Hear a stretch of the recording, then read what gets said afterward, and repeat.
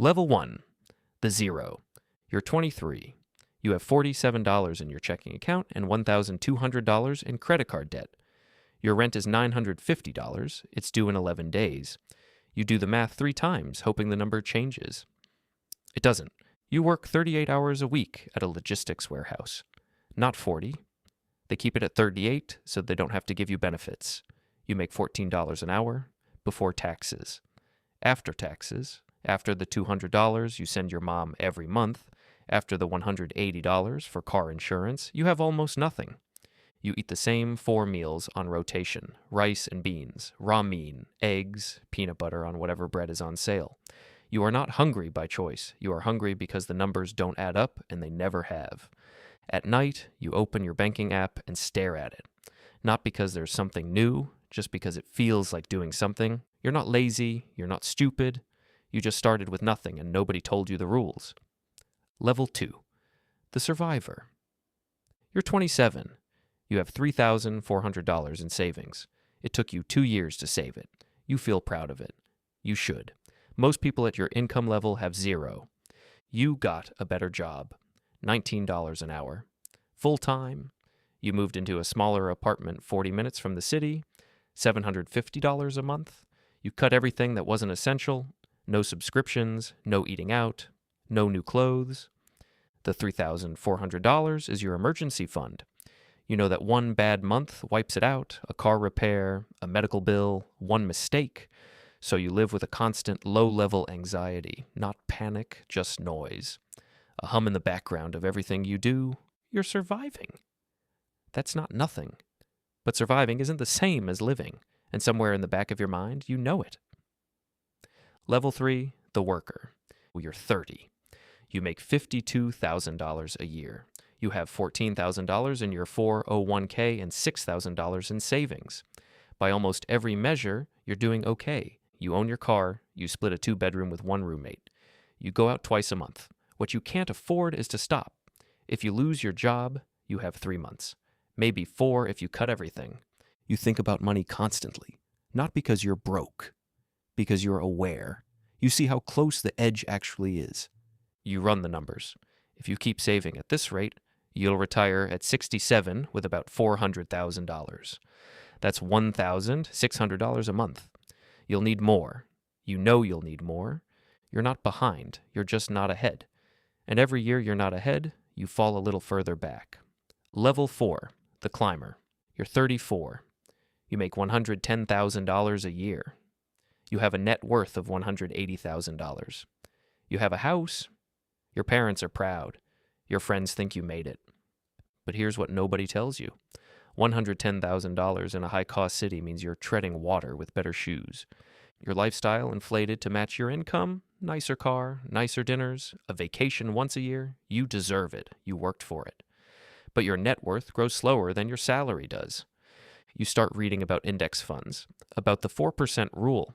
You feel like you're waking up to something everyone else already knew. You automate your investments. You start actually building. You're climbing, but you can still see the bottom.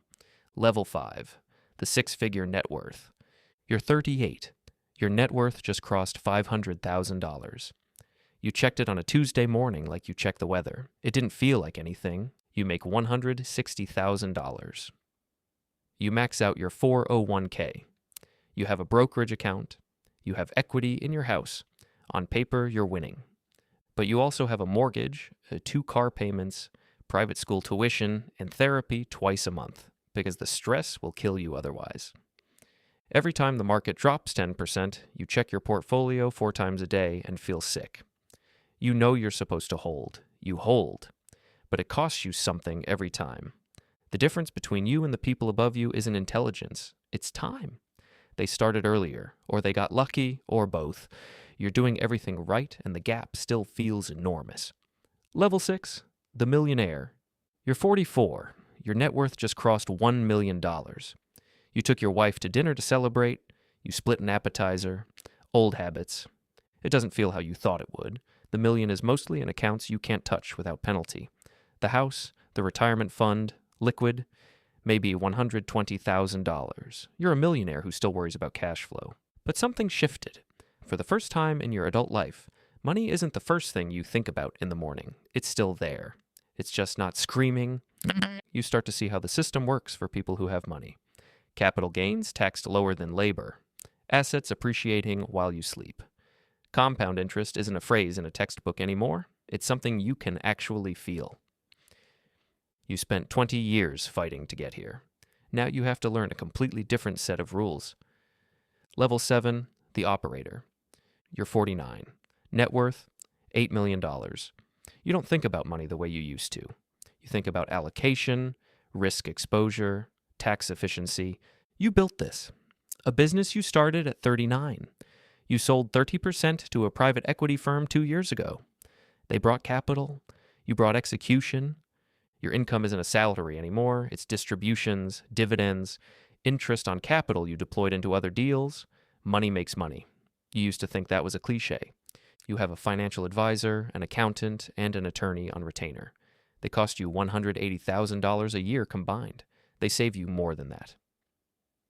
The stress has changed. It used to be, can I pay my bills? Now it's, am I positioned correctly? It's a better problem. It's still a problem. Level 8, the player. You're 54. Net worth, $85 million. You fly private when it makes sense. You don't think twice. You're in rooms now that most people don't know exist. Private equity dinners, board seats, conversations where $10 million is a small deal. Money at this level is a language. The people around you grew up speaking it. You learned it late. Sometimes you still feel like a foreigner. You have everything you said you wanted at 23, the security, the freedom, the options. But the goalpost moved every time you crossed it. You thought $1 million would feel like arrival, then $10 million, then $50 million. Every time you got to the line, and the line was further away. You don't talk about this with anyone. It doesn't translate. Level 9, the billionaire. You're 61. Net worth, $2.3 billion.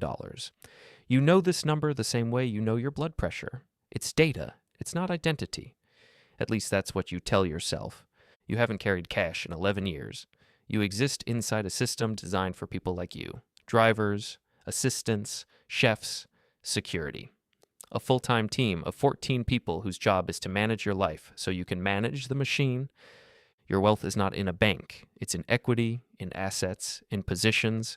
If the market moves 3%, your net worth swings by $70 million in a day. You watch it the way you watch weather. Interesting, not urgent. The thing no one tells you about this level is how small the world gets. You can go anywhere, but everywhere starts to look the same. The same hotels, the same restaurants, the same 300 people in slightly different rooms in slightly different cities. The ultra-wealthy are a village. Your kids live in 3 different states and call on holidays. You've been divorced once. You haven't slept through the night in 6 years. You give speeches about building, about perseverance, about mindset. The audience believes you. You believe you.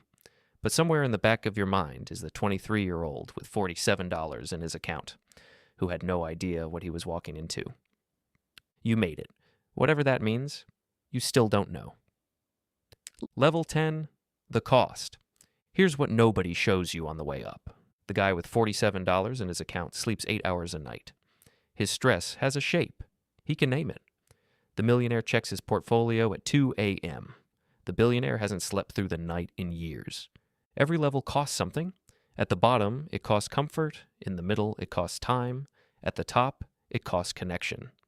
The richest people in the world are some of the most isolated, not because no one wants to be around them, because they can never be certain why anyone is around them. And the cycle continues. The 23-year-old with $47 opens a business book. He watches a documentary about self-made billionaires. He thinks, that could be me. And maybe it could, but no one tells him what it will cost to find out.